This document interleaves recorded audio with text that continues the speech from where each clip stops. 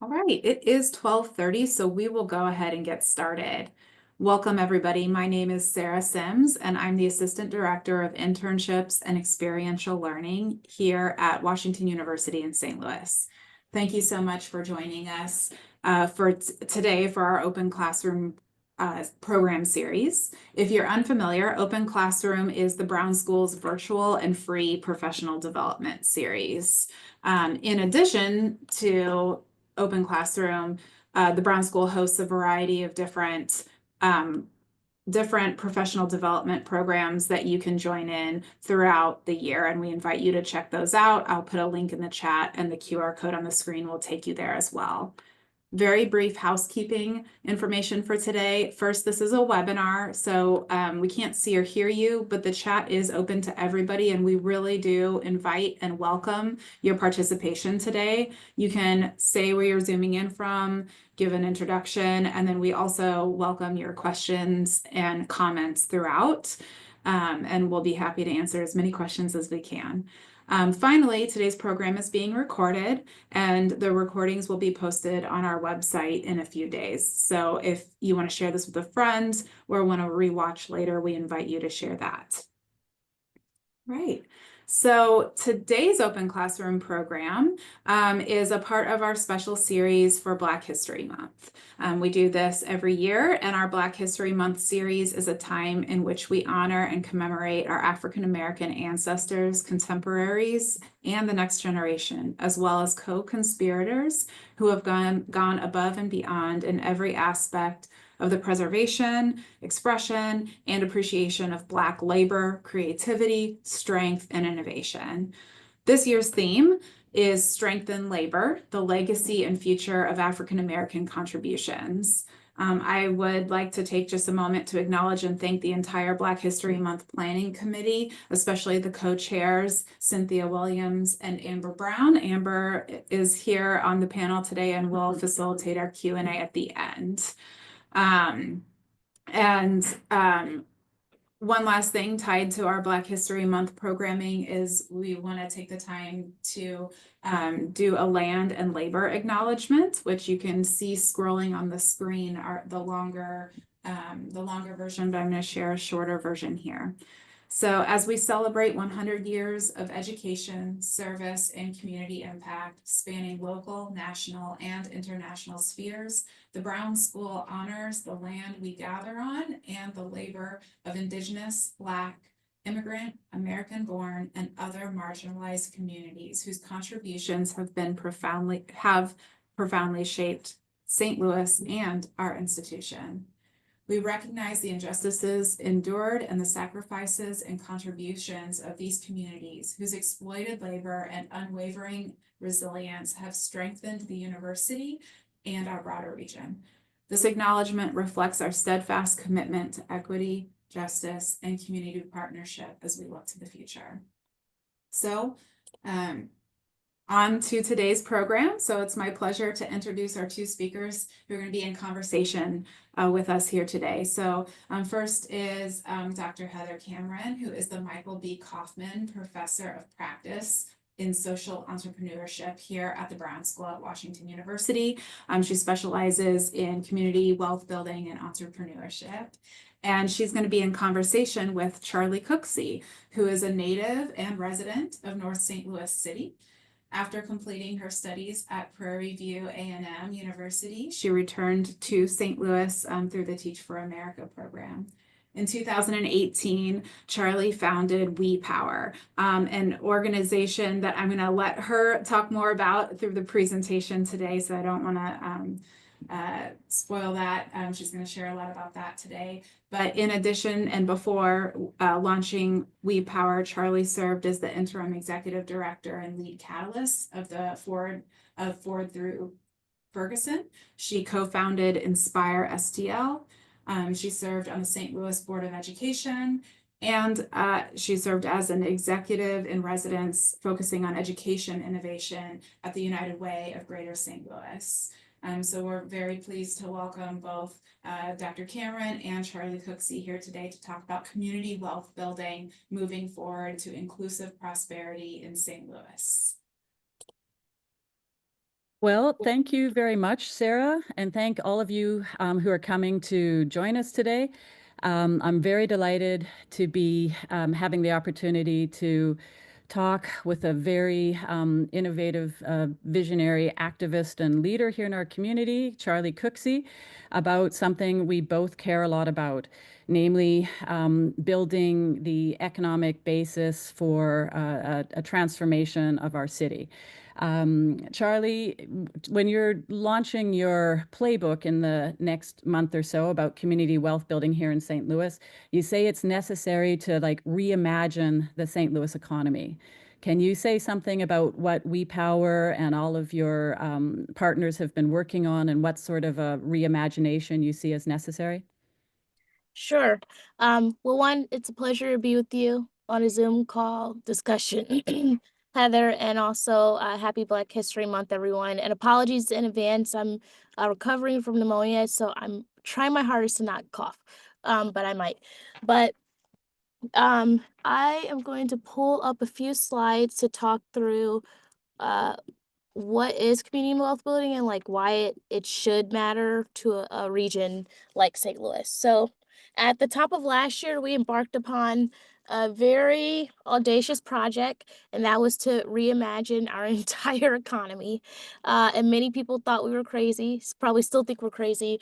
But when we think about so many of the challenges that folks navigate, especially Black folks, we can often go back to our economy being designed to benefit a few instead of the majority of St. Louisans. And just some data, when you look at the number or percentage of households that have either no wealth or negative wealth, it's way too many folks. 21% of St. Louis households either have a zero or negative net worth. And when we think about the ability to cover basic needs, to be able to pay for your housing, to cover food costs, to cover childcare, um, 83% of Black households cannot meet their basic needs. And that is alarming data. That means that what we are doing is not working, especially when we think about a place like St. Louis City, where half of the population identifies as Black. And that led us to think about what is a more transformational way to design our economy so that more people are thriving. And as we started to embark on this process, we first started to think through what are the mental models that are creating the conditions in which we exist throughout our economic system, and just a few examples of mental models that we've been working to disrupt in this design process is this idea that if you work hard, you can pull yourself out of poverty. This concept of pulling yourself up by your bootstraps is one the data shows does not work. You can work your way uh, to the grave, honestly, more than you can work your way to building wealth. And this idea of consumerism, especially in a month like Black History Month, we often think if we simply buy Black, that will close the racial disparity gaps that exist. And yes, buying Black is important, but it's not sufficient given the decades and centuries of stripping of wealth from Black folks. And then another example of a mental model that has been harmful to our economy is the idea that if you grow and if you get bigger, things will be better. And oftentimes, growth is at the expense of the folks being exploited to create that growth. Um, and so for us, we started to think about, I'm going to skip to what exactly is community wealth building. My apologies. Um, Here it is. For us, we throw the word around a lot, but I thought it was important to define it. So we define community wealth building as an approach to creating collective well-being by building locally owned and controlled wealth and power. So what does that mean? That means that we are trying to shift away from a system that takes wealth away from everyday people and shift towards a system where dollars and resources exist at the neighborhood level and are controlled and stay at the neighborhood level. That means shifting to an economy that's racially just and socially equitable. And that also means shifting to an economy that centers the environmental sustainability of our region and not instead exploiting our environment for profits. Um, so I will pause there, Dr. Cameron, and feel free to probe me more if I didn't answer your question. sufficiently. No, I love the boldness of this vision, and we're building on work here that people have been doing in different communities across the U.S. But could you maybe walk us through some examples of what that means? Like maybe if we can pull up that last slide again about what community wealth building is, because some people, maybe not people on this call, but just to walk through it, don't understand when we say that neighborhoods have been like extracted from or stripped, or what it would look like to have a more place-based focus economically.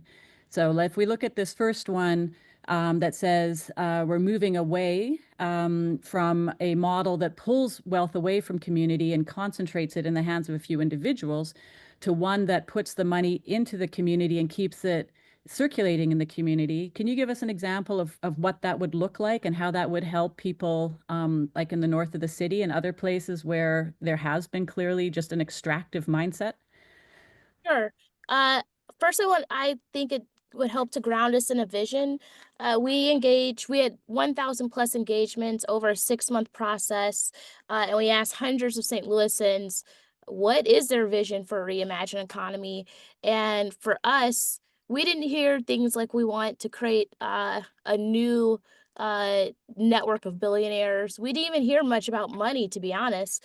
We simply heard that people want to be well. They want to have access to food. They want to have access to quality transportation systems.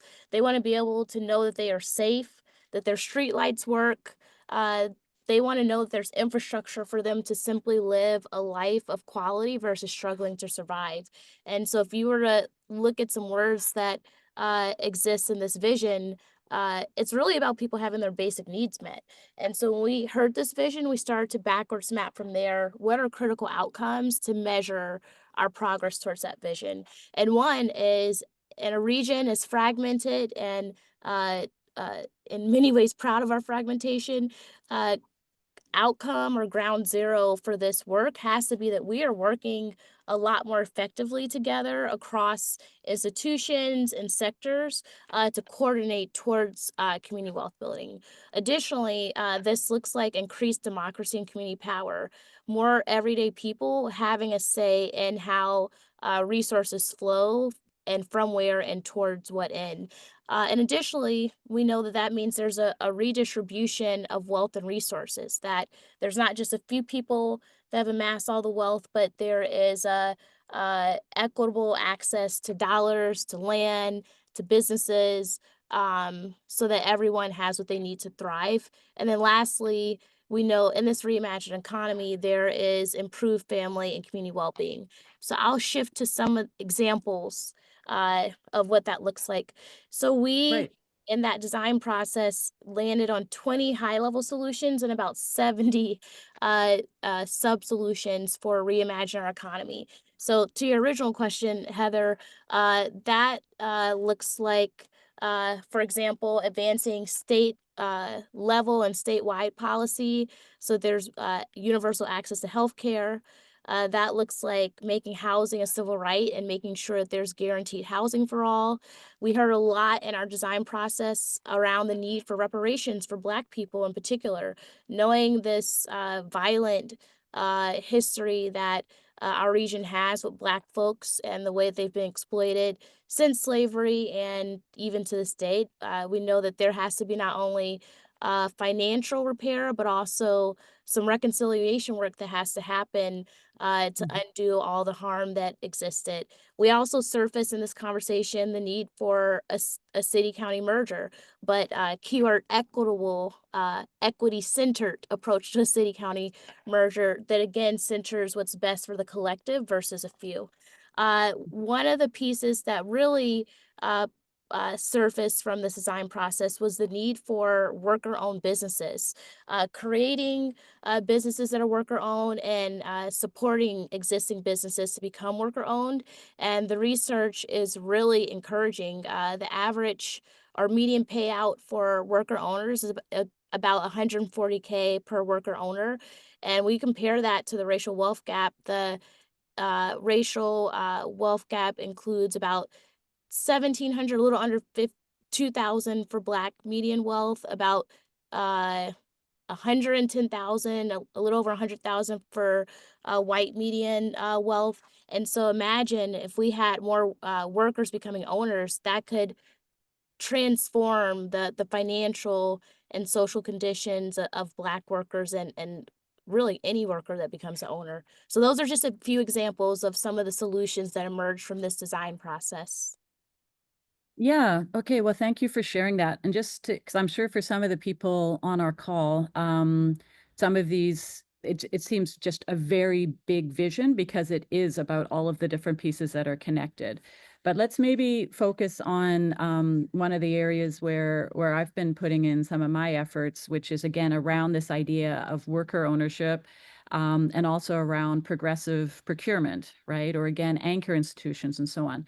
So you were mentioning, that there are the opportunities to take businesses which are owned by one person, and that person or that investor group basically is able to, the way that it's organized or seen as normal, right, is that the person who puts the capital in and doesn't necessarily work there, but puts the capital in, is able to both govern the business and also take all the profits as they deem necessary out of the business without thinking about the workers who help them create it. And so if we move to a model where people have a business and that they are thinking about how do I better share both the governance, i.e. what are we doing with the business, what are we trying to achieve, and also the profits, we can make it more democratic and make it more inclusive.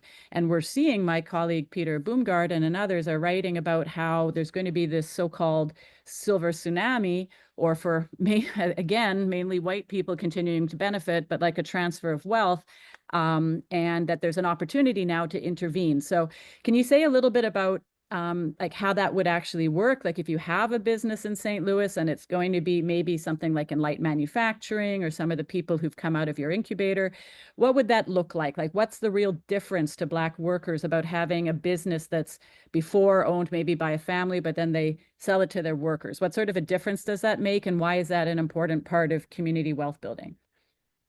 Yeah, again, for us, community wealth building is about the well-being of a community and how we leverage our economy to uh, that end. And worker ownership really is a perfect model for that. It's not a silver bullet, but it does serve as a microcosm for what can be true across our entire economic system. And so when we think about worker ownership, the research shows that worker owned businesses are way more recession proof, that the health and culture at worker owned businesses are a lot more well and impactful. And also we see more dollars being generated and taken home by the workers because they are the owners, and that decisions that are made at the governance level are more reflective and responsive to the needs of the folks who are putting in the work every day. And to your point, Heather, we see a huge opportunity with this existing and emerging silver tsunami. We're hearing a lot from research from folks like Peter around this idea that it's not as common and frequent that the family or the children want to take over the family business. And so that leads to a big question for the founder and owner. Do I close this business? Do I sell it to someone I don't know? Or do I transition it to the workers who have been so dedicated to the business since forever? And so we do see a huge opportunity to consider that latter option and work with businesses, ideally in strategic industries, and working with the workers and then working with the owner to transition ownership from that single owner to the workers. So for us, we're still exploring the answer to your question. And so this year, in partnership with you and others, we are in design mode. We'll be asking questions like, what are the industries in our region that are ripe for worker ownership?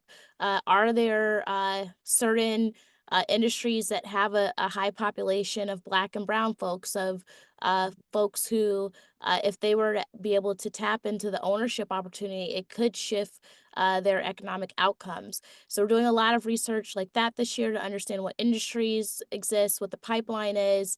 We're talking to local and national capital providers to figure out how do we finance the purchase of the company in service of this conversion of worker ownership. And then we're also understanding what is the technical assistance and support that needs to happen. How do we provide the capacity and services so that it's not just a abrupt shift from one owner to many worker owners, but what does it look like to support them to be thoughtful about stewarding this transition from a traditional business structure to a community and more collective ownership model. Yeah, that's why I find this so super exciting. I'm just dropping some stuff into the chat for those of you who are wanting to look a little bit further, because again, some of this might seem kind of utopian, which isn't wrong, right? A lot of things got made possible because people were able to imagine it, first of all, and be bold. But there's people might be, well, how are the workers able to buy a company, right? How do they have any access to capital after all of the points that Charli brought up earlier about like the racial wealth gap and like systems of extraction and robbery of different groups? But there are many people in banking who are understanding that even in our deep red state, that it's important not just to lose these businesses or to have them folded up and sold for scrap. And so in addition to like the progressive people like Seed Commons, which I encourage you guys to take a look at, there's many other banks, even JP Morgan, for God's sake, who are investing in transitions to worker ownership. The other thing that Charli mentioned on that slide are ESOPs, and that stands for an employee shared ownership plan. And that's something that you'll see all over the place in terms of a way to provide for workers' retirement through having them be partial owners of the company. So that's what an ESOP is. There's some things which are good about them, some things that would need to kind of get fixed. But again, these are not totally new ideas. These are ways that we could use existing tools, but just to benefit more people rather than less. Let's take a look at that procurement question, because we're all here on a call hosted by WashU, one of the sort of anchor institutions of the region who spends a lot of money here, but could always spend more. What are your hopes around like anchor institutions, Charli? And what have you seen in other communities about how our employer, WashU, the hospitals, other universities, how are they playing a role in a community wealth building vision? Yeah, a lot of what sparked us to make this transition was seeing the momentum built in other regions and how that momentum has led to really lasting neighborhood level economic change. And so one of those case studies is called the Cleveland model.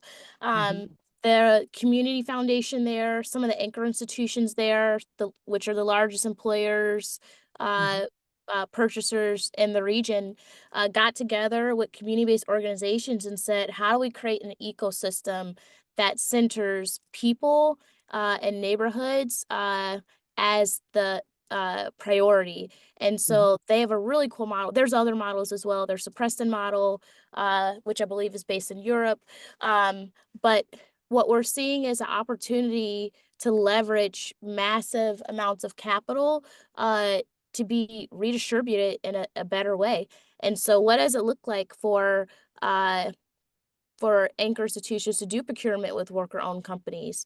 What does it look like for anchor institutions to say, we are going to partner with more community-based organizations? And what does it look like for anchor institutions to have a strategy around shifting an entire industry? So the Cleveland model, I believe, is especially focused on like renewable energy and environmental justice and what role dollars and the flow of resources can play in a particular sector.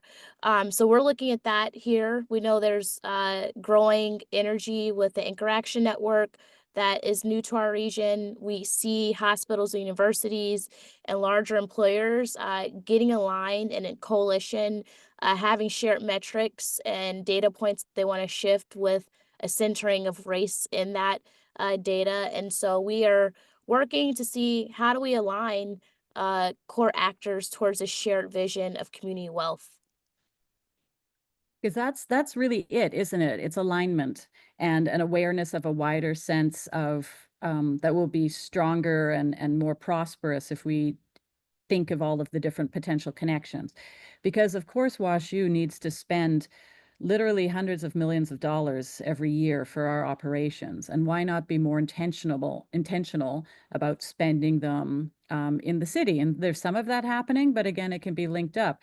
And again, how are we thinking with philanthropy and with other people who want to support growing more inclusive prosperity, that rather than just thinking, oh, we'll give to nonprofits, again, how are we investing in businesses which can then keep giving back into their communities? So this is kind of what we're trying to imagine and build. I'm throwing some things into the chat so you can see how some of these other communities that Charli's referencing have been able to make this work, right? Okay, well, so then maybe let's take a step back, Charli. Like we know you now as the founder of WEPOWER, but you've been active in many, and WEPOWER obviously does more than just economic development work, because as you say, thinking about how we bring a lot of things into alignment. Can you maybe explain to some of the people who don't know you a little bit about different ways you tried to approach problems and how your understanding has developed as you go? I know we've got a bunch of social work students on the call. Hi, everybody. And I think we're all thinking about how we can have an effect and to learn from the way that you've kind of worked through it when you were a younger person to where you are now. Do you mean I'm not young anymore? Oh, you still are. You still are. You're definitely young compared to me at my 55, but you're not wet behind the ears university students still trying to figure out where they want to make the most impact. Yeah, I think for me, so as mentioned in my bio, I was born and raised in North St. Louis City. I actually don't live there anymore. I relocated like 2-3 years ago to the South Side, but I'm still North City proud. And I have navigated living a life of privilege, but also being incredibly proximate to the issues and to people who are experiencing uh, racial oppression in our region. And so I remember growing up and constantly having to see the stark contrast between my neighborhood and Clayton, where I had ballet lessons, and the stark difference between my neighborhood and Chesterfield and Town and Country, where I had my tennis lessons. And so ever since I was a little girl, I have I have felt this deep sense of responsibility and uh, commitment to reconcile these two truths in St. Louis, and that still remains true. And my theory of change about how to get there has evolved as I've gotten older. And so at one point, I thought we can solve all of our world's problem, the world being St. Louis, through the fusion of hip hop and politics, knowing that hip hop is such a powerful cultural tool that honestly transcends race, even though it was birthed from Black folks. And so how do we leverage the power of music and the lyrics to activate folks to get more politically engaged? So that was one theory of change I had when I was much younger. When I came back here after college through Teach for America, I had this deep belief that that education was a silver bullet. I now realize that there's no such thing as a silver bullet, and yet our most important commitment as a region should be the centering of child well-being. So through that, I started an education nonprofit and ran that full time for about 6 years, and we had a lot of success, but also realized that our young people navigate all of these social systems. They're not confined to the education system and to the classroom. They're navigating their parents working full-time jobs and still not being able to afford covering basic needs. They're navigating the carceral system. They're navigating the fact that the healthcare system doesn't support their well-being. And so with that recognition and with the murder of Michael Brown Jr. and the uprising, it forced me to step back once again and reckon with what are the root causes in our region, and how do we grasp at the root and develop transformational solutions. And through that moment of reckoning, I landed on this theory of power, that if we see an increase in the number of communities, traditionally marginalized communities, being able to build and wield power, we'll see a decrease in the racial disparities across these different social systems. So that ultimately led to the creation of WePower, and this deep belief that if we are able to hold space for folks to dream of better futures, such as dreaming of a better economy, and then support them with building and wielding enough power to bring that future to bear, we will see massive impact for the entire region, but especially for Black folks in this region. Can you say something to our guests a little bit about, I know that you're also working hard on connecting questions around early childhood education, and again, these other ways that you're trying to, that we're trying to work together to, to create change in the region. So again, a big focus on the economic basis and building power. How does early childhood education or some of the other initiatives that you're leading on fit into that vision? Yeah, so we have about 90,000 children ages 0 through 5 in our region. And those nearly 90,000 children will someday become kindergartners, and then will someday become adults, and hopefully replace all of us on this call and do wonderful things. And unfortunately, many of those children have no access to a quality early childhood seat. Uh, if you were to, I often try to compare it to K-12. Could you imagine a world in which nearly half of the young people in our region woke up and they could not go to school? That that's ludicrous. That's criminal. I would argue that there was, if we were to not have universal access to K-12 public schools, but that is the case in early childhood. And not only that, early childhood is backed by research as being the most important developmental years of a human's life. And so much of what happens in the trajectory of someone's journey is shaped by what experiences they have, what supports they have or lack ages 0 through 5. And so we consider it incredibly important that we invest in early childhood because those are the most important years of a human's life. But not only that, this is an economic issue. The early childhood system is a 90% woman workforce, yet they are underpaid and overworked. Way too many of our childcare workers, women of color, 40% of the workforce is not only women, but women of color. And they are paid minimum wage. 50% of the workforce relies on government aid, and the turnover is off the charts. And this has been exacerbated since the pandemic.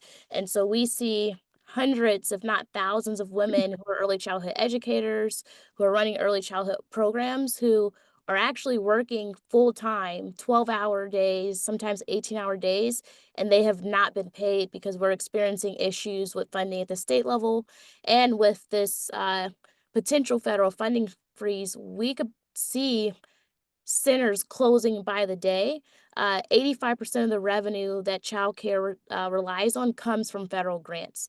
And so we are facing a serious crisis that if we don't do something soon, it's going to have ripple effects. When parents can't go to work, that's going to impact all the other workforce, all the other sectors that rely on a reliable workforce. And we're going to see nearly 90,000 children have to navigate not entering kindergarten prepared to thrive.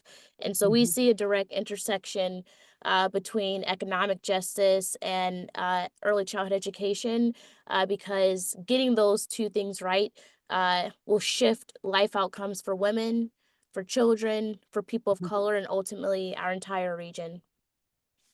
Yeah, definitely. And again, those of us who want to be part of a thriving St. Louis, we're going to want to have a lot of people who are able to take good, well-paid jobs, which help, again, create a thriving economy.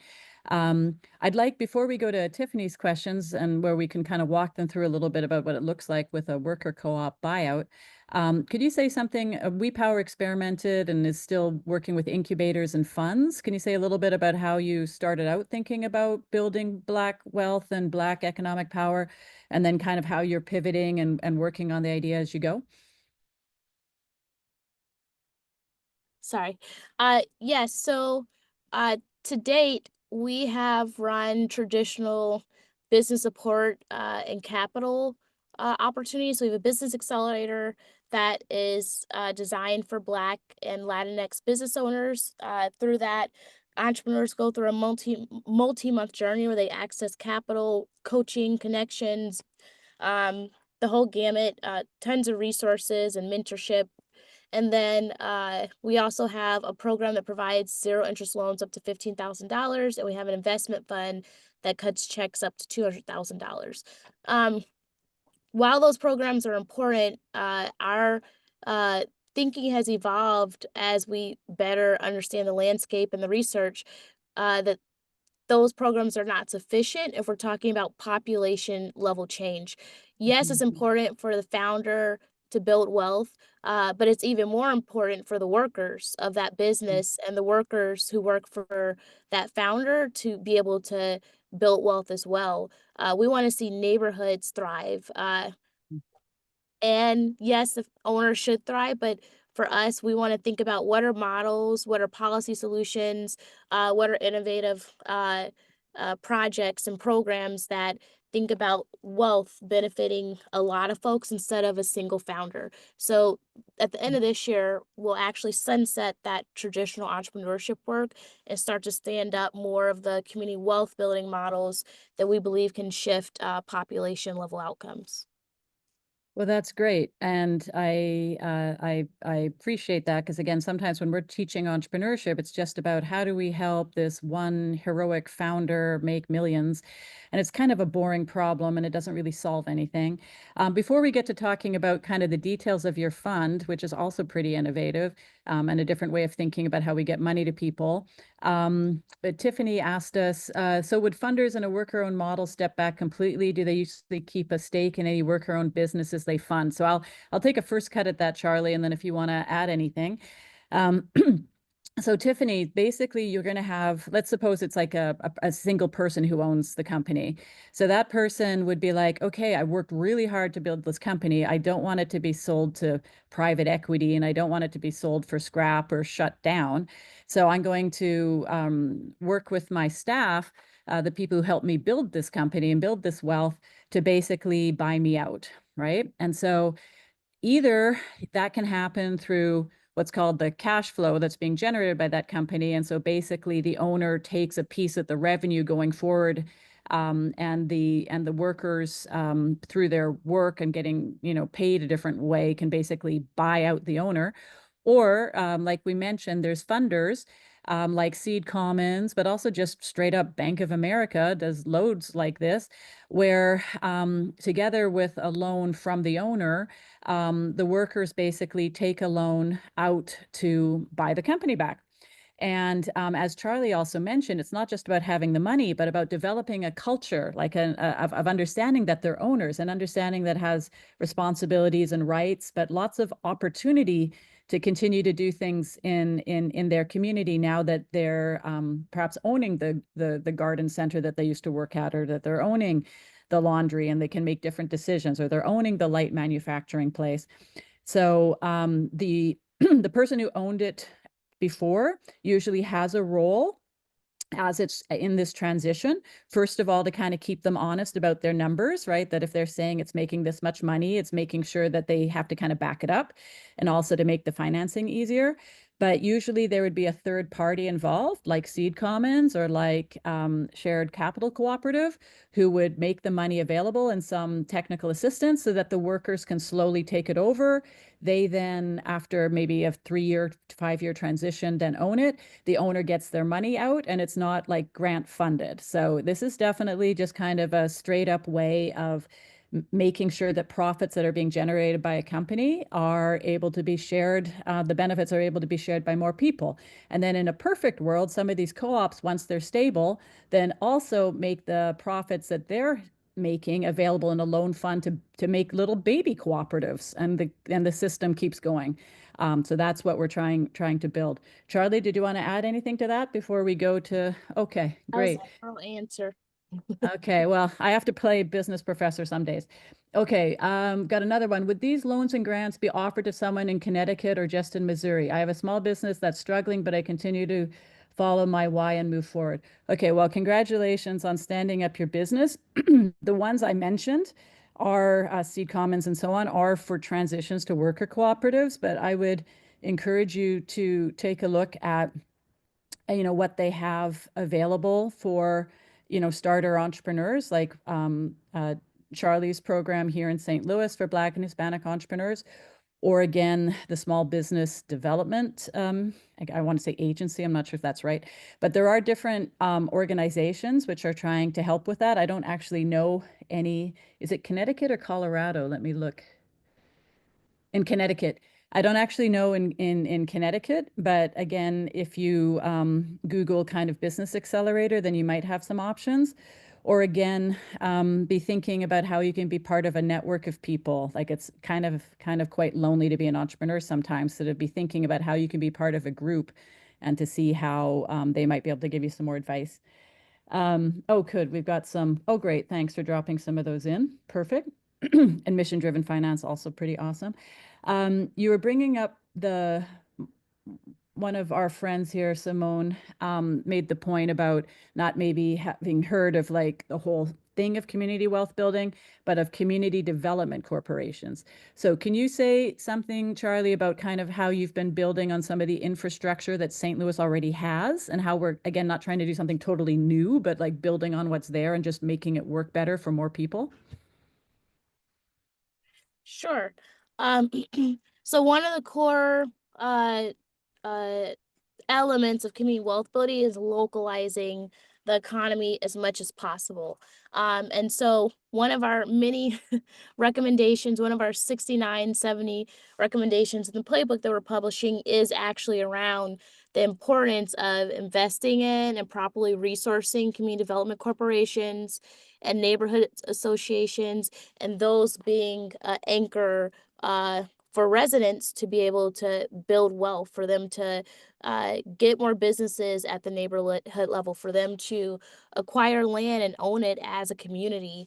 So we believe CDCs are a important and really high potential tool in the community wealth building theory of change, because it allows for solutions and the economy to get localized and to build enduring institutions at the local level that are responsible to, accountable to, and also in many ways led by the residents in that particular community or neighborhood. So yeah, when the playbook comes out, you'll see that we say put money and resources and build the capacity of CDCs. Yeah.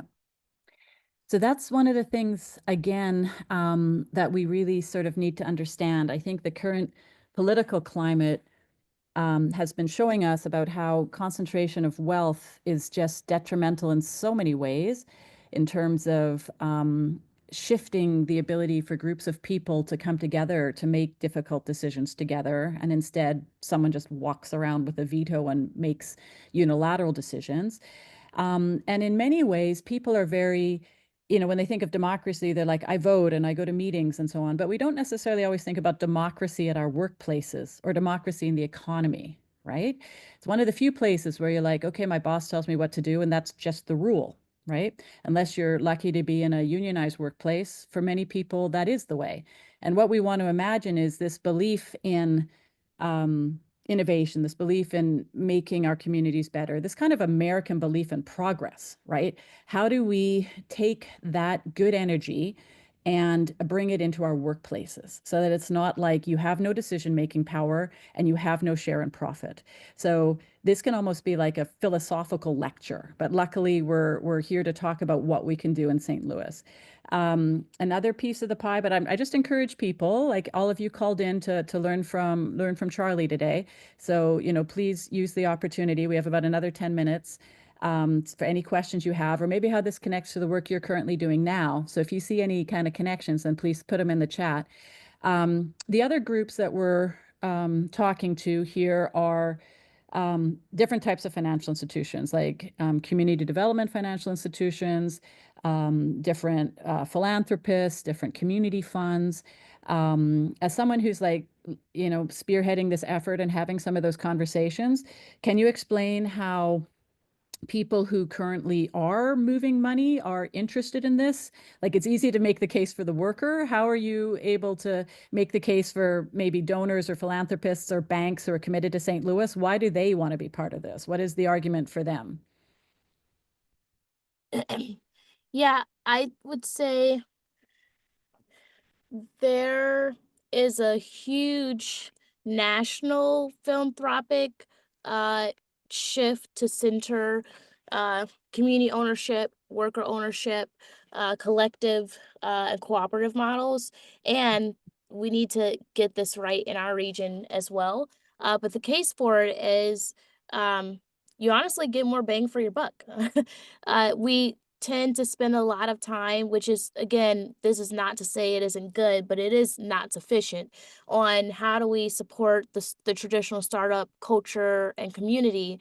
And that's important, but we often see as businesses get bigger and thrive, they are less committed to St. Louis. So we can put lots of capital and deploy lots of capital into a business, they become successful, but because we haven't had a focus on how to anchor small businesses, we haven't had a orientation of how do we get that owner to anchor their business at the neighborhood level, local level. There's a less commitment. Mhm. So that's one case for calling on philanthropy, and St. Louis in particular, is because when we think about investing in and financing community wealth building, we know that those companies are much more likely to stay in St. Louis. Also, back to more bang for your buck, when we think about worker ownership, we are shifting the conditions and quality of life for hundreds, if not thousands of people, the Mhm. workers, and instead of simply the founder. And so Mhm. we're able to get closer to that tipping point when we think about more collective and cooperative models. Uh, Mhm. and honestly, it can be accomplished for similar dollar amounts. We see $1 million investments being made into startups, traditional startups. Imagine if we invested $1 million into a business that helped hundreds of workers become owners, and knowing that the median payout is 140K. That is game changing, and that's a lot Mhm. more return on investment than simply investing into the next tech startup that likely won't stay in St. Louis. Yeah, I wanna echo that. And I think the other thing for us just to know, which some of you might not know a lot about because you've been working on other problems than economic development, but there is a lot of money. It's more about the question of how is it distributed, right? So rather than just trying to pick up the pieces afterwards, why don't we put our money into preventative work, right? How do we help more people own homes? How do we help more women get great jobs with great childcare? How do we do these things on the front end rather than being given the bill later? Christina Walker, entrepreneur and social work student here in at Wash U, Brown School, yay. Bringing out about like, how do we make this more relevant for like low income people of color community members, including those who might not have the necessary credentials and formal education. Do you want to say something to that? Because that's obviously your mission, Charlie. How are you getting it done? That's exactly why we have a bias towards worker ownership, because it does democratize things a lot more. It's saying that you don't have to be the WashU business school graduate to build wealth. You can be the worker. That's the whole concept, is that everyday people who are working hard should be able to reap some of the financial benefit that comes with the company's success beyond getting paid a minimum wage check every few weeks. And so part of our work this year is to look at what industries have the potential to pay well, and also what industries have large numbers of people of color and people who are living in poverty. And then how do we tap into those industries that are high potential, and that can be the worker ownership model can uh, shift the power dynamics and the wealth dynamics to benefit marginalized community members that you're speaking of. Is it Allison? Is that your question? Whoever asked that question. That was Christina. Christina and Jasmine a little bit. I'll just kind of jump in and then you can maybe think a little bit about this individualism thing that Allison's got at the bottom there, Charlie. Um, part of the other thing to remember, it's not all or nothing, right? It's not like it's completely worker owned and completely democratic and everybody needs to know how to do everything, or it's what we have now, right? So there are cooperatives who, and again, someone like Christina, who's like starting her own business and could be like, I worked really hard to build this, and then why should it all be equal later? Okay, it doesn't, everyone will have their own understanding of what equal means. But instead of having like a 400-to-1 ratio of what the CEO gets compared to the workers, you could say we should have a 4-to-1 ratio, right? Some people, are going to be financial experts and, they want to earn a certain amount and they're working in a greenhouse or they're working in something where there are accordingly low skilled labor. Not sure how low skilled it is. But you can have, that's the whole point about being a democracy, right? Is that people can decide. People can just say, Charli's invested in her education and brings specific skills that should be covered, but not that she gets 400 times as much as us, but only 4 times as much. And that there are going to be roles for different types of experts. I put in a link to Pathlight Law for an attorney who sets up community funds. And of course, she would be involved in some ways. But again, the point isn't maximum profit. The point is, how do we make sure we have a system where everyone can participate and that people are brought up to speed. If you're someone who hasn't had the opportunity to go to university, but has a great mind for figures, we can train you up, right? And then maybe you become the person who's responsible for the budgets and everything. It's about aptitude and what people are interested in, rather than like what the owner decides. And that's the value of this. I think, and in terms of industries, what we're looking for in St. Louis are places that can pay a living wage, but also don't require everybody to be a bioscience engineer, right? So we've got, and WashU and the other universities have made great investments in like BioSTL and others, but not everyone's going to fit that profile. So how do we make sure that people who've worked hard to get their high school degrees also can be part of something like this? So can I bounce it back to you about Allison's question about, isn't this fighting against kind of the individualistic tendency in America? How do we get people to understand they have a collective interest, Charli? Yeah, I that's a pretty loaded question in the situation we find ourselves at the the federal level. I think that a lot of the work that we've done as a community of leaders committed to racial justice, social justice activism has really been about shifting policies and shifting resources. And our next biggest and most important body of work is shifting hearts and minds. We have to shift the mental models that we are currently holding in order for any of these policies to work and last. And so that means a lot of community conversations. That means leveraging art and leveraging storytelling and film and creative ways to get folks to think differently about our economy, and also to understand the history of our economy and to understand the data. If you look at the data is telling us that it is not working, that there are way too many people who can't pay basic bills. There's way too many people who are sick because our economy centers the wealth of a few at the expense of many people's well-being. And so it's time for us to shift more to community conversations, to art, to culture, to creativity, to shift hearts and minds so that when we do shift policies, the policies are lasting. But I think at this point, we can't policy change our way towards collectivism. We have to relationship build and dialogue and create our way towards this new world. And eventually the policy changes will matter. But right now we gotta do the heart work, HEART, heart work. And let yourself be inspired what other activists all over the country are doing, right? There's a lot of people working hard on this with a lot of joy and a lot of fierceness, right? It's not utopian. I'm going to go to Amber, who's been also collecting a few questions. Do you want to pick one or two? And I'd also like to encourage people in the chat to share with Charli and me kind of what you're taking away, because we're going to have to wrap in a few minutes, but just hit the chat for that now. And Amber, give us a question. Yeah. So it kind of stems onto a little bit of what Charlie was just saying about the kind of, we can't go into policy yet. We need to work on the people first. So what advice would you give to workers that would come to you interested in advocating for the shared worker ownership? What would be the first steps that you would tell them to do?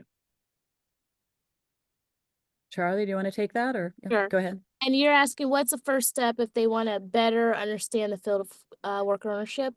Yes. I would start with a lot of the links that Heather dropped in the chat. I would Google, read, look at case studies. There's a lot of tools and resources available to just start to understand it at a surface level. And we'll be embarking on this process together with community members. And so we have a group called CWAC, the Community Wealth Action Group. We meet the last Saturday of every month. Meal and childcare provided, but that is a space where everyday people can be part of the decision-making process for how we roll out worker ownership in St. Louis. So if you join that, you can learn about worker ownership, but you can also have a say in what direction we take to bring community wealth building and to bring worker ownership to St. Louis at scale. Thank you.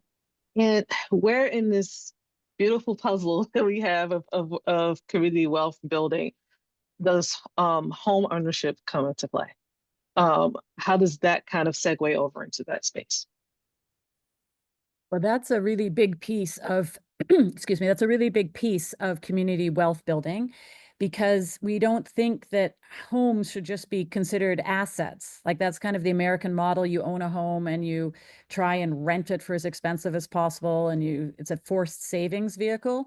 But we also know, all of us, especially all the social workers on the call, how important housing stability is for neighborhoods and education and health. So part of what community wealth building does is support things like community land trusts or cooperative housing, where people can become owners of their homes without having to put up huge amounts of money.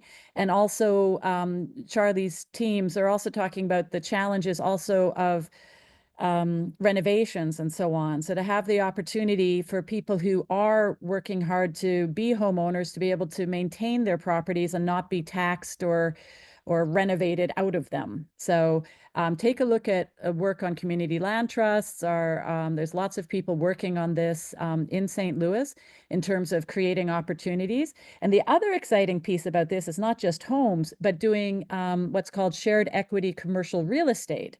So being able to have access to stores, access to light manufacturing and everything, and having an ownership share, but not necessarily having to pay for absolutely all of it, so that, again, more people get access to the benefits of having a business space or the benefits of having a house, rather than it just being about mine, I own it, whatever, but to try and focus about what are the benefits and how do we create a shared ownership society. Yeah. Well, a question just came into chat. Thank you, Jasmine, for your question. Do the employee owners get paid outright, like right away? Like, is it a regular paycheck or is it in the form of an investment fund? It's both, right? So just like the owner would get paid a salary, and then at the end of the year would be able to decide if there's a profit, how to use that profit, how much money goes back into the business, how much money do they take out. But rather than that owner being able to decide, oh, I'm just going to buy myself a boat, that the whole group will decide, how much do we want to maybe invest in new machines? How much do we want to maybe invest in our healthcare? How much do we want to perhaps put into a loan fund? But yeah, there's the rights and responsibilities. So it's not just here's a bingo paycheck for you, but that the group of workers will decide how do they want to invest to keep their company strong, and how do they want to pay themselves out. But so in addition to a salary, there's something called a patronage dividend, which is then decided every year how high it would be. And ideally every year you can pay one, but sometimes they would be deciding to invest in retirement funds or invest in something else, and not just have individuals get paid out.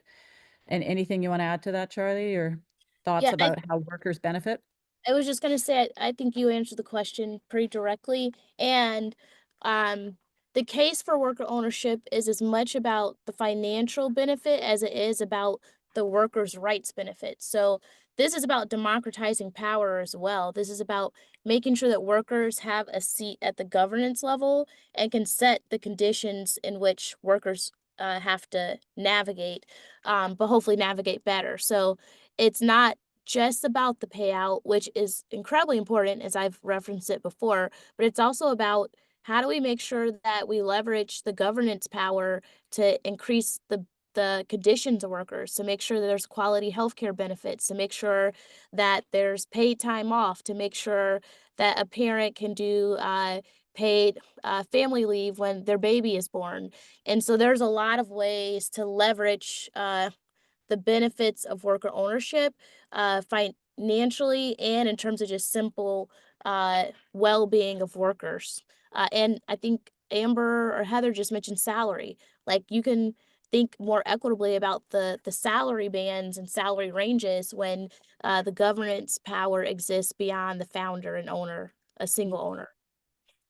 I want to Yeah, so thank you. thank you, Charlie, for all those answers. We put a link to the CSWAG group in the chat. I encourage you to follow on this super exciting work. There's going to be a lot of new announcements coming up in the next months, including the launch of the playbook, where you can learn more about how you can be directly involved in the next steps. At this point, I want to wish everybody a happy rest of the Black History Month and give it back to our hosts, Sarah and Amber. But I hope you guys keep in touch and continue to learn and be part of this exciting work that Charlie's leading and that all of us want to be a part of here in St. Louis. Sarah? Thank you so much, Heather. And I'm actually going to share my screen this time. I apologize for not doing that the first time. I'm dealing with a new office setup. Just a reminder that today's program was recorded, and we'll be sharing that on our website. You can get to it in the link in the chat or via the QR code on your screen. It should be up in a couple of days. And then I also just want to invite everybody to our next 3 upcoming Black History Month programs for 2025. So next week, on February 13th, we have Dr. Adia Harvey Wingfield, who's a professor and associate vice provost here at WashU. She's going to be talking about gray areas, how the way we work maintains racism. Then we have on February 18th, Kiana Irvin, WashU alum and professor at Bowdoin College, talking about economic self-determination. On February 20th, we have Malik Ahmed, who is with local organization here, Better Family Life, talking about from free enslavement labor to economic justice. And then our last, our last Black History Month program for 2025 will be with Dr. Sharita Butler Barnes, who's a professor here at the Brown School, talking about the power of knowing racial identity as a shared as a shield against racism and parental stress. So all of these Black History Month webinars are free, and those QR codes that are on the screen, as well as links in the chat, will take you to the registration site, and we really hope to see you at one or more of those. Until next time, bye everybody. Thank you all. Thank you, everybody.